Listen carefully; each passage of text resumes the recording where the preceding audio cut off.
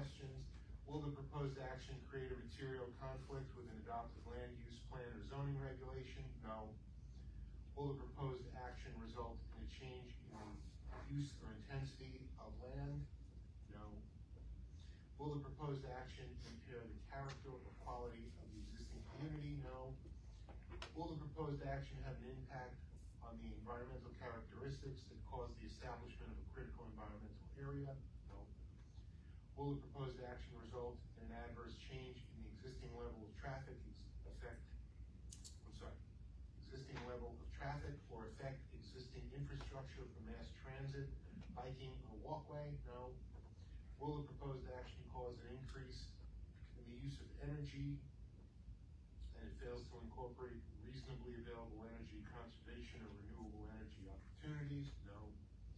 Will the proposed action impact existing public or private water supplies or public-private wastewater treatment utilities? No. Will the proposed action impair the character or quality of important historic, archaeological, architectural, or aesthetic resources? No. Will the proposed action result in adverse change to natural resources such as wetlands, water bodies, groundwater, air quality, flora, and fauna? No. Will the proposed action result in an increase in the potential for erosion, flooding, or drainage problems? No. Will the proposed action create a hazard to environmental resources or human health? No. So, once the public hearing is closed and council chooses to take action on this, part of that motion will be to adopt a negative declaration under the secret regulations. That's all I got. Thank you. All right, thank you, sir. All right, hearing no others, I'll make a motion to close the public hearing on local law number 6. Second. Motion by Councilwoman Dennison, Second. second by Councilman Oni. All those in favor? Aye. All those opposed? That motion carries. All right, our second public hearing of this evening is local law number 7. This is the state tax cap override. And I will turn it over to Councilman Vigorello.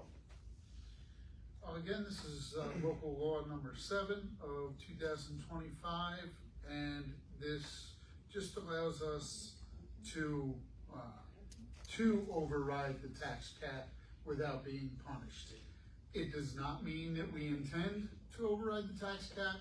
However, if we do not vote for this at this time, any projects that are had coming up, if we do override the tax cap, we will not be able to collect the taxes from a lot of that, and it will hurt the city financially. So again, this only allows us the opportunity to do it without punishment. Okay, I'll make a motion to. Yeah, I'm gonna do it right now. Sorry. So I'll make a motion to open up local law number 7, which is the tax cap override. Public hearing. Public hearing, yes. Sorry. Do we have a motion? Second. Mazzara, second by Councilman O'Connell. All those in favor? Aye. All those opposed?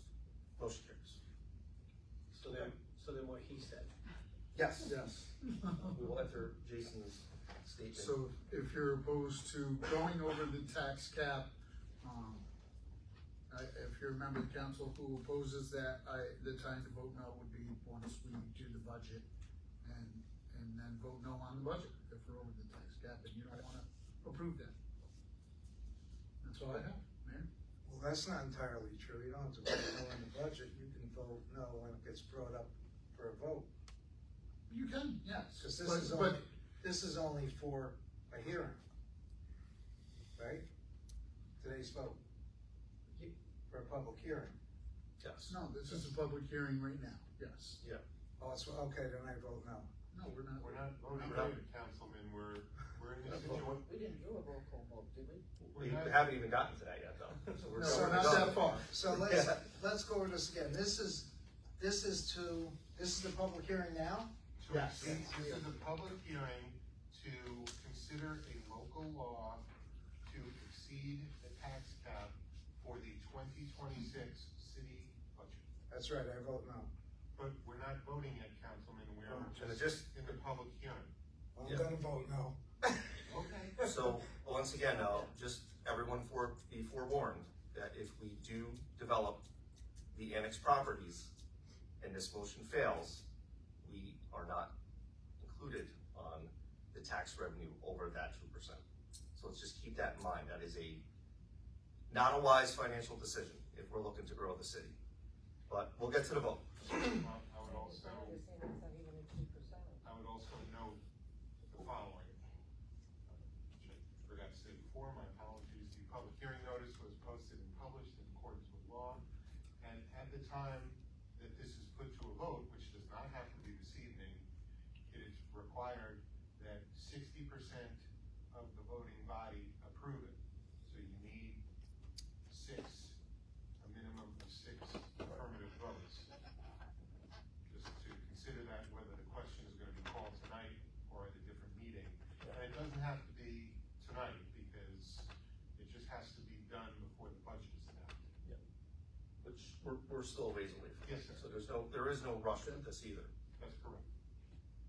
Okay, any further? So is the council inclined to, like, have continue the public comment, the public hearing at the next meeting? Yeah, we could do that. Or are we going? Yeah. Okay, We're gonna leave it open. Yeah, Because- leave it open. you know, we have had conversations about the tax cap in the past. I think it's important to know, let's just say it's $10 million of development on either parcel that can be done. We're gonna lose on that increase the tax assessment on those properties, voting no on that. So, I got you. And So we'll see if we get any input from the And town. again, nothing has changed from year after year. Yeah. The laws have stayed the same, so And it also, there's nothing that's changed. Do we know what the actual 2% number is this year? Well, it's actually a formula, and it is not 2%. And truth be told, that it has to do with our tax levy, and there's a formula that goes along with it. And even if, it's quite a big number. Stacy and I are gonna look into that very shortly. Last year, believe it or not, I believe it was pretty significant off the top of my mind. It's a good Thank you. table. Yeah, and again, there's no rush to this, but we would like to have this in place before a budget. It just, And it's sound financial practice also. and you also may wish to have, Councilman Fowler, who's been. Yeah. Who's Yeah. been crunching the numbers and is our finance committee chairperson, to have her input on the record prior to closing the public hearing. Absolutely. Just a thought. Any further? Now to make a motion to leave the public hearing open until the next common council meeting. is it the 13th? Oh, Which you're will gonna be move that. October 14th. 14th? Yeah, we will be making a motion later on to move the common council meeting. Due to to the Columbus 14th. Day. I second that. Okay. Okay, do I have a motion? Jason, do we have a second? Yes, we did, Councilman Stanley. Seagal. Councilman Siegel, all those in favor? Aye. All those opposed? Motion carries. All right, moving on. No presentations tonight. Public comment, 5-minute limit per person. Laura Meyer? I'll talk fast. A lot of people wanna talk, so. I know, I see them all waiting there and they're all very anxious. But I'd like to, Laura Meyer, Port Jervis Tourism, I'd like to invite everybody to come out to the 32nd Annual Fall Foliage Festival. It's this Sunday from 10 to 5 in historic downtown Port Jervis. I remember when I came onto the tourism board, there was probably maybe 30 to 50 vendors at the Fall Foliage Festival. We have now over 200 vendors participating at this event. It's gonna the weather's looking good. We have like about 34 food vendors, so I don't think you'll go hungry, Jerry. And we have a lot of great local businesses participating, churches, and a lot of great handcrafters and other merchandise vendors. We have 3 performance areas, and we're also gonna have, again, returning this year, the Broome Street Wind Ensemble performing. And last year they were phenomenal, so you gotta come out and see them. They're gonna be playing from 2 to 3:30 over on Sussex Street and Ball Street. So I welcome everybody to come out. It's free admission, free parking. Please park safely wherever you choose to park. We'd love to see you all there. It's gonna be a great day. Thank you. I think the band is practicing right now. No, good customs. Yeah. Okay, at this time I'll entertain a motion to enter into executive session. Tonight we have one item. It is 104 or 105.1F. This is for personnel. It's for the IT supervisor position. I'll entertain a motion. So moved. Councilman Vicarello, second by Councilman Bezerra. All those in favor? Aye. All those opposed? Motion carries. Okay. Right back.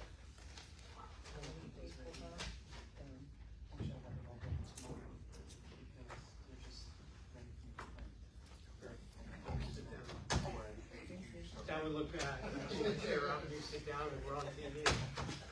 I wouldn't move that down. I would still be laying there. That would be good. These are for you.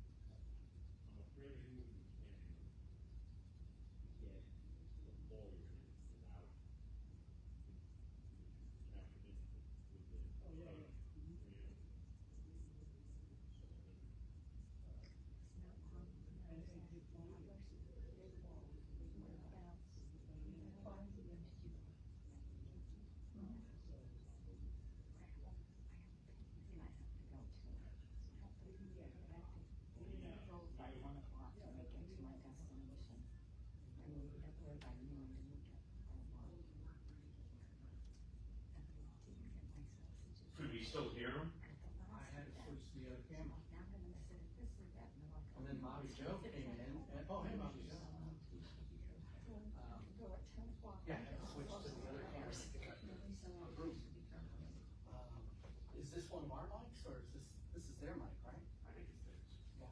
So the other option is just to put in I can set up a wireless mic and.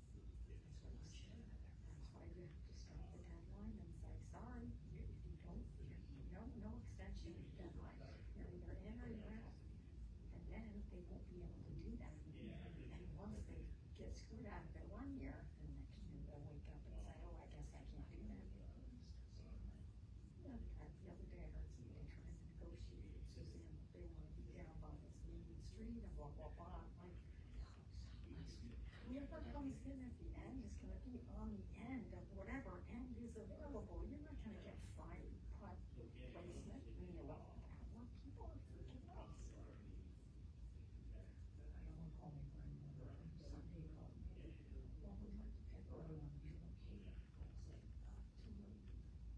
Locations are already established.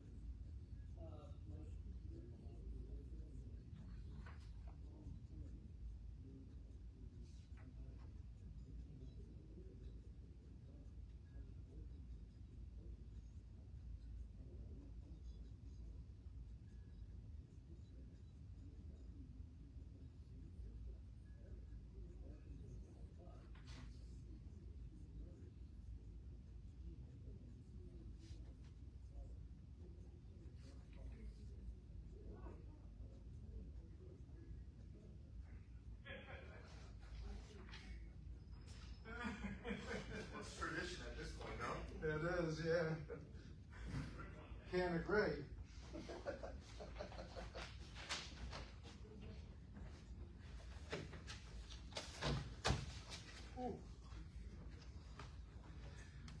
On that note, And you have the resolution? yes, I do.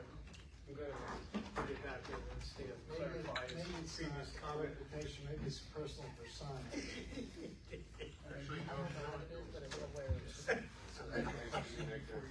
I did agree with it twice. Okay. What time you got there, Jerry? At least once that I can get that time. 6:57? 6:57.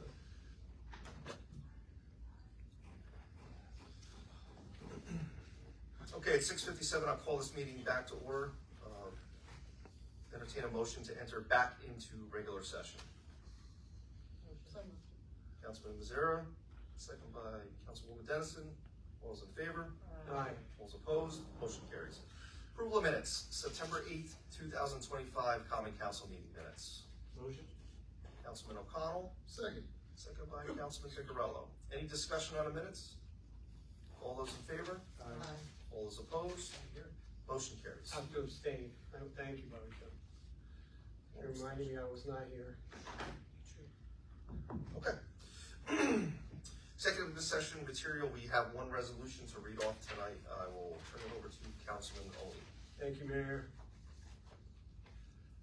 Whereas the city of Port Jervis is in need of a full-time information technology supervisor, and whereas it is the opinion of the Common Council that Elvis Vasquez is qualified to perform the duties required of said position. Now therefore be it resolved that the Common Council of the City of Port Jervis hereby appoints Elvis Vasquez to the position, Vasquez, am I saying it correctly? Vasquez, okay. To the position of full-time information technology supervisor at the salary of $79,040, effective as of September 29th, 2025. Subject to the submission and acceptance of all appropriate employment documentation, and it is further resolved that the mayor or his designee is hereby authorized to execute any employment agreement required to effectuate the intent of this resolution. And I make that a motion. Second. Second by Councilman Picarello. Any discussion? All those in favor? Aye. All those opposed? Motion carries. Elvis will be in the building. Yes, he will. Regular business, code. Councilman Picarello? Thank you, Mayor. At this point, I'd like to make a motion to make a negative declaration under seeker for local law number 6 of 2025. Which is the hotel motel. The hotel motel tax law. Second. Second by Councilman O'Connell. Any discussion? All those in favor? Aye. All those opposed? Motion carries. Okay, I'd like to make a motion to adopt local law number 6 of 2025, the hotel motel tax law. I thought we were going to table that. No, the hotel, the first one. Second by Councilman Mazzara. Any discussion? All those in favor? Aye. All those opposed? Motion carries. Okay, the code committee has not met since our last council meeting, and our next meeting will be October 1st at 6:30 here in the council chambers. And that is all I have under code. Moving on to the police department. The police department met on September 16th here in the council chambers. We discussed an awful lot of things, but as far as for the public's knowledge, just a couple of things I wanted to touch on from the meeting. The police department, the DPW, and the school district are working and trying to come up with what is going to work best with the red light at Kingston and Hamilton Street during school hours. We know it's a mess, and we're trying to work with the technology in that light, which is a little bit from the past, let's put it that way. But we are working on it, so hopefully we'll get it straightened out as the school year progresses, and we won't have as many backups. There was also a big discussion about parking on Upper Pike Street, and we're moving forward with a pilot program on one of the spots up there to expand it from 15 minutes to 30 minutes on a trial basis, and see if that helps alleviate some of the problems up there. I would like to mention that September 21st through 27th of 2025 is Child Passenger Safety Week. On Saturday, September 27th, the Port Jervis Police Department, in coordination with the Town of Deer Park Police Department and the Orange County Traffic Safety Committee, will be holding an event over on the one-way of Pike Street over in the Acre. So we'll have officers there. There'll be plenty of people there with information, and they will be happy to check, assist getting your car seats in your vehicles. If you have any questions, how this strap goes, how that strap goes, or if your seat is incorrectly, stop over. It's a free event. We'll have people there, and they'll help. They're more than happy to check it out and assist you in that. Under business, I'd like to make a motion to, under the city, to permanently appoint Officer Alexis Barber. She's past her probationary period, and we'd like to just, as a formality, make it a full-time appointment. Her civil service appointment would have been effective August 25th of 2025. Second. Second by Councilman O'Connell. Any discussion? All those in favor? Aye. All those opposed? Motion carries. One other thing I thought of while Laura was speaking, through the police department, we did put in an application to have the rail crossing open on the bottom of Fowler Street. We know that historically what has been going on here in the city of Port Jervis. However, I have to ask the people to use the railroad crossing at 4th Street or at Pike Street, the underpass, as the MTA apparently has a huge problem with people walking across the railroad tracks. They have been up here and just writing tickets and tickets and tickets. So please try and use the crossing we put in. The gates should be open there, so you'll be able to walk across without issue. So please, and just for public knowledge, yes, technically it is against the law, it is a trespass to walk across the railroad tracks anywhere there is not a crossing. And the next police committee meeting will be October 16th at 6 p.m. here in the council chambers. All right, thank you, sir. Planning and Zoning and Recreation, Councilman O'Connell. Thank you, Mayor. Planning Board last met on September 16th. There was a public hearing for a solar carport at 16 Sussex Street, the Chase Building, that was approved after the hearing. There were 3 pre-submissions, 2 cannabis dispensaries, one at 31 Pike Street and the other at 77 Fowler Street. 77 Fowler Street will have a public hearing at the October Planning Board meeting.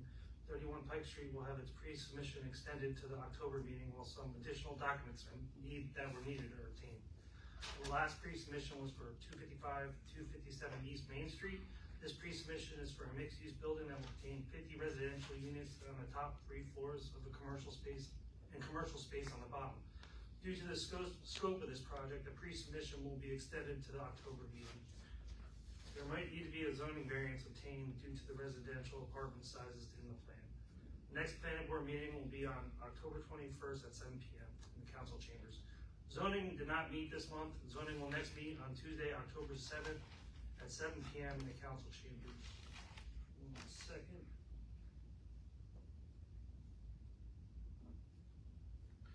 Recreation update. The youth center is now open under the school schedule hours. Hours are Monday through Thursday, 2 p.m. to 6 p.m. and Friday, 2 p.m. to 5:30 p.m. The The youth center will be closed on Monday, October 13th, Columbus Day. The splash pad at Church Street Park is now closed for the season. It will reopen in spring 2026. The fall Little Chefs program at the youth center will start on Saturday, October 25th. This 5-week class is for students ages 10 to 13. Cost is $50. Contact Recreation Office at 845-858-4045 for details or to sign up. The first Big Orange 10-mile run and 10K walk is scheduled for Sunday, October 19th, 2025. The race starts at 8 a.m. You can register at runsignup.com. Search the Big Orange 10. The 77th Halloween Parade is scheduled for Saturday, October 25th. Lineup starts at City Hall at 3 p.m. with the parade to kick off at 3:30 p.m. Rain date is October 26th.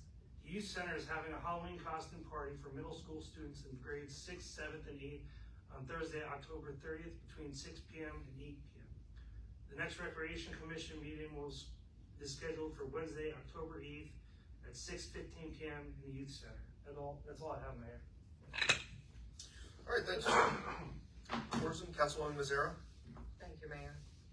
The 32nd Annual Fall Foliage Festival will be held this Sunday, September 28th from 10 a.m. to 5 p.m. downtown, with over 200 vendors, 3 performance areas with live music, a beer and cocktail garden, classic car show, which will be on Ball Street near Sussex Street, a petting zoo, pony rides, country line dancing, and there's no admission or parking fees. Chris Kindle Market will be held on November 30th downtown from 10 a.m. to 4 p.m. Applications are available on the city's website. Forms may be picked up and dropped off to the city clerk's office located at 20 Hammond Street between the hours of 9 a.m. to 4 p.m. The application deadline for participation is October 30th. And the next tourism meeting will be held on Wednesday, October 8th at 7 p.m. here in the council chambers. And that's all I have. Thank you, Mayor. All right, thank you. Ready? Yeah. IDA, ADA, Finance, and DPW. Councilman Oni. And fire, I have one on fire. On fire too. I'm, yeah. Is it mayor's correspondence? Or? Yeah, I know. No, okay. Thank you, Mayor. So we'll start with finance. I have a list of the bills. Under the general fund, we have $418,971, $76,156 in the water fund. The sewer fund is $20,467. The capital fund is $452,245. Trust and agency is $15,895, for a total of $983,736.67. Some of the larger bills are the New York State Employee Health Insurance for $338,392. Magna 5 for $12,790. Orange and Rockland, the Green Day PJ Solar for $35,813. The CSEA employee benefit for $8,193. The capital fund is Andrew Everhart for $215,298. A. Colarusso and Son for $32,025. Robert Hoover and Son for $137,230. And MHE Engineering for $36,249. And I'll make a motion to pay the bills. Motion by Councilman Oni, seconded by Councilwoman Dennison. Any discussion on the bills? All those in favor? Aye. All those opposed? Motion carries. Under fire, the only thing I have is a motion for surplus equipment, a resolution. Okay. So whereas the Common Council of the City of Port Jervis wishes to declare certain equipment owned by the city and utilized by the city fire department as surplus property upon the recommendation of the chief of the fire department, who has advised the Common Council that the equipment is no longer needed by the department. Now therefore, it is hereby resolved that the following equipment is hereby declared surplus and may be disposed of by the city in accordance with all applicable laws, rules, and regulations. Then first item is a Bauer SCBA compressor, acquisition date 6/3/1998. That was a good year. Model number UN 1120E3, serial number 26680. The second item is an OHD fit test machine, QuantaFit, serial number 86101092B. And I'll make that a motion. Second. Second by Councilman Siegel. Any discussion on the surplus equipment? All those in favor? All those opposed? Motion carries. Under IDA, the IDA did meet on the 17th. It's a very productive meeting. They received a presentation from a potential developer, well past potential developer, a developer for a major project downtown. It's one of two that have recently gone before preliminarily to the IDA. They have reorganized a lot of their paperwork, updated some accounts, and are really, with the help of this new law firm, taken off. It was a very good meeting. Outstanding. Under DPW, I have a generic motion I'd like to pass because if Steve sent it to me, I cannot find it. But I need to make a motion to extend by 60 days the project on Glass Street. And I'm not sure the contract number. Can I make it just extend the existing contract with no further financial outlay by the city due to some of the weather delays that we experienced with water? The contractor needs 60 days, and I'd like to make that, another 60 days, I'd like to make that a motion. Yeah, that's, the currently existing contract. I spoke to DPW about it. Everything is going along, they just need a little more time for completion, to make sure everything is in order. Yes. Okay. We got a second from I'll Councilwoman second the Dennison. Yes. Any discussion? All those in favor? Aye. All those opposed? Motion carries. I have a question if I could. Sure. Is there an RFQ for the central firehouse and the, bylaw, the fire department? I don't have a bylaw? resolution for See- either of those. You Here, don't have it? No. the only thing that I know, Stan, is that Jeff asked Misty to cover him, and then she asked me to cover her, and it got Okay, I'm not criticizing, I'm just. No, We're just I'm gonna have just to saying, take a I vote didn't, also to the I next hope meeting. she didn't, if she sent it to me, it's my fault, I missed, I can't find it. I'm trying to save you, Jerry. Paying. Yeah. Yes. No, I'm 90% sure she did. No one else saw it? Okay. Well, we have dates. You wanna talk about the RFQ for a minute? This is for architectural services. It is. Do you wanna just touch on that, Will? Yeah, I mean, the way we have, this is architectural services for the central fire station, to do some work there. The request for quotation for these professional services is here. We have a return date proposed of November 15th. Right. If the council wants to issue it this evening, subject to any further revisions by the fire chief, you can do that. Yeah, the fire chief and the attorneys worked on this RFQ to get to where we're at. We believe that 60 days is more than enough time. 30 days was not enough, 60 is more than enough to solicit proposals for qualified engineers. So Architect. that's an architect's, that's, So if you want to approve the RFQ tonight, you can do it by motion and we can clean it up in final. would everybody like to do that? Stanley? No, No? I'm good. So we're not gonna vote on the RFQ? Oh, yeah, well, That's what I'm asking, That's do you what want to make the Jared's motion? oh, yeah, I'm sorry. Yeah, I I'll mean, you're the make fire that guy, motion, right? yeah. Okay. Okay. Motion by Councilman Siegel, Second. second by Councilman Oni. Any further discussion? All those in favor? Aye. All those opposed? That motion carries. All right, so one last thing on this one, where Yes. it seems to be maybe I dropped the ball, but the fire department bylaw amendments, that's a solid document already, he's been working on it. Can you pass that in lieu of consideration from the Corporation Council, Do you or? remember what the bylaw amendments were for? Well, I don't. I know he Yeah, built it. Specifically. I worked on them. Yeah, I Bill. don't know if those need to be adopted by this council. But more by their board of officers, correct?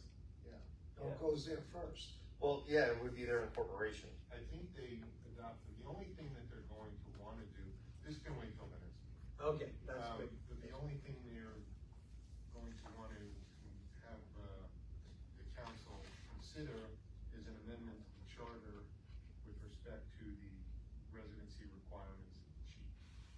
So that may be something we'll need to talk about when everybody's here. Yeah. So that you may wanna hold off until Yes. you have a full slate. Yeah, I think that's So wise. the RFQ, I think, is good to do. Okay. Okay, I believe that's it there. okay. CDA, Councilwoman Dennison. I'm gonna be short. All right. Did I have more? How about the IT supervisor? We already did. Oh, you did that in the beginning? We So voted that was right out of executive session material. That was the executive session. Okay, I know it was on mine, but somebody else did somebody that. else took it, okay.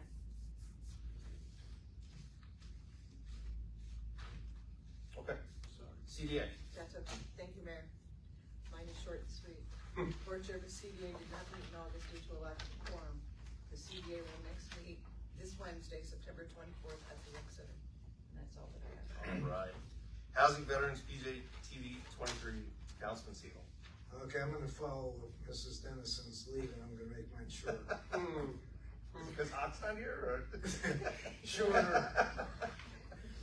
The Housing Authority last met on September the 16th. The next meeting is scheduled for October 21st at 6 o'clock at Hillside Terrace.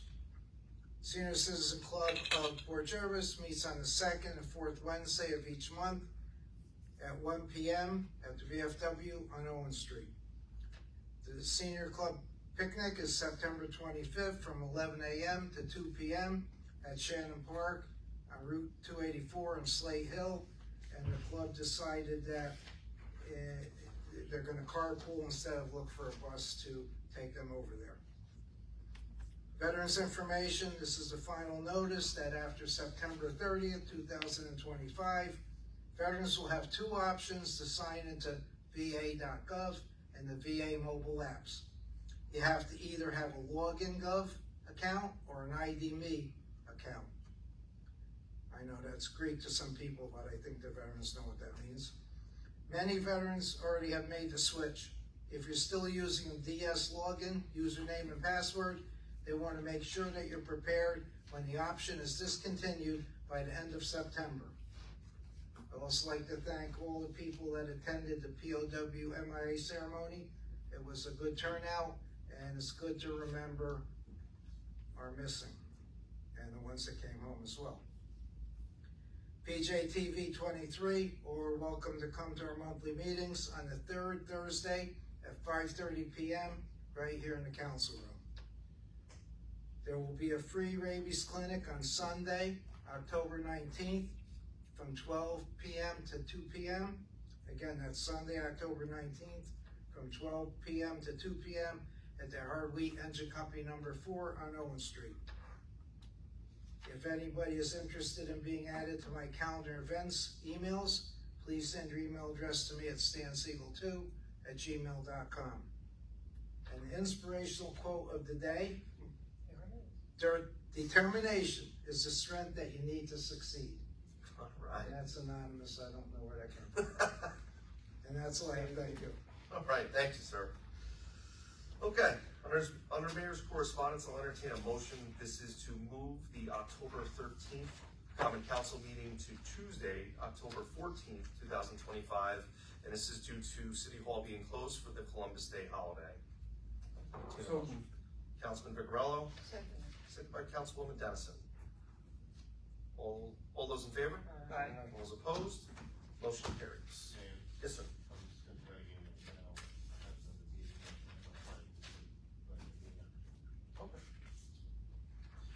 meeting, Okay, the following public assembly permit, this is from the Outdoor Club of Port Jervis. This is in regards to the Watershed 10th anniversary event that will be held at Elks Brox Park. They have all the necessary paperwork filled out along with the certificate of liability insurance. And additionally, just last week, the Department of Public Works, Police Department, Fire Department, and Recreation, along with Outdoor Club representatives, met in my conference room to hash out everything for the weekend, and all are in agreement. I'll entertain a motion. Councilwoman Mazzara, Second. second by Councilman Siegel. Any discussion? All those in favor? Aye. All those opposed? Motion carries. Next, we have an event permit. This is from the Grace Church in Port Jervis. This is for a trunk or treat, their annual trunk or treat. It will be held on October 25th, 2025, and all necessary paperwork as well as insurance information has been submitted. And it will be held at Riverside Park. Entertain a motion. So moved. Second. Siegel, second by Councilman Oni. Any discussion? All those in favor? Aye. Those opposed? Motion carries. I'd like to send my sincere congratulations to the Port Jervis varsity football team. Incredibly proud of them for keeping the bell for the second year in a row. And I believe the last time that it happened in our city was back in 2008. So we're incredibly proud of them and continue marching forward, gentlemen. Lastly, I'm going to read a press release. This press release is a joint press release from my office, the Office of the Mayor, along with the Chief of Police, Chief William Warden. City of Port Jervis Police Department awarded Certificate of Accreditation from New York State Division of Criminal Justice Services Law Enforcement Agency Accreditation Council. Mayor Dominic Sicalis and Police Chief William J. Warden are proud to announce that the City of Port Jervis Police Department has been awarded the Certificate of Accreditation by the New York State Law Enforcement Accreditation Program, awarded on September 10th in Albany, New York. The Division of Criminal Justice Services Law Enforcement Accreditation Council's Law Enforcement Agency Accreditation Program is voluntary and aims to enhance an agency's effectiveness, efficiency, and professionalism, promote staff training, and foster public confidence in law enforcement. To achieve accreditation, agencies must meet a set of 112 standards across 3 categories: administration, training, and operations. This accreditation signifies that the City of Port Jervis Police Department meets or exceeds quality expectations, operates in a professional manner, and has established policies governing operational practices, and ensures that its members understand their roles and responsibilities. By becoming an accredited agency, the Port Jervis Police Department has demonstrated a high level of professionalism and efficiency in delivering police services. This accomplishment results in a greater accountability, enhanced public trust, and the implementation of modern policies and procedures that reflect best practices in policing, along with a commitment to a continuous improvement through ongoing training and professional development. Over the past year, the department has diligently worked to meet the 112 accreditation standards in administration, training, and operations. From June 10th through 12th, 2025, a team of auditors from the Law Enforcement Agency Accreditation Council conducted a rigorous on-site assessment to evaluate the department's adherence to these standards. During this evaluation, the auditors conducted 262 interviews with sworn staff, civilians, and made 82 observations of operational practices, reviewed various policies and procedures to verify compliance. Fewer than 35% of the law enforcement agencies in New York State have achieved accreditation from the New York State Law Enforcement Accreditation Council. I just want to say I'm incredibly proud of our Port Jervis Police Department. Along with Chief William Warden, I've known for a very long time that this had been a long-lasting goal of Chief Wardens to obtain, and it has taken many years for them to get here. And they kicked it into overdrive this year, and they worked very hard. I know the other administrators, Lieutenant Chris Argente, John Fitzpatrick, along with other sergeants and detectives were involved in this. The result is now we have a state accredited police agency in our city. And I can't think of a higher compliment and goal of theirs than to achieve this. And last week, Councilman Vicarello, myself, had the privilege of accompanying the police department to Albany, where they were officially awarded and treated very well by their Albany counterparts up there. And it was a wonderful ceremony, And I, again, was very privileged and honored to attend and to see our employees receive the recognition that they so deserve. This press release will be going out on our Facebook page tomorrow, along to the other news agencies. And again, congratulations to our Port Jervis Police Department with their leadership of Chief William Morton. With that, Could I add one thing? go right ahead, sir. I'd just like to take a moment to thank my bride, congratulate my bride on our anniversary. It's been a long road, and she's always on my side, so congratulations, Sharon. Happy anniversary, Stan. Way to drop that on us at the end. All right, with that, I'll entertain a motion for adjournment. So, Do you want to hear something from you? Second. I do want to see this, but I do. Second by Councilman Vicarello. All those in favor? All those opposed? Tomorrow. Motion carries. So is ours.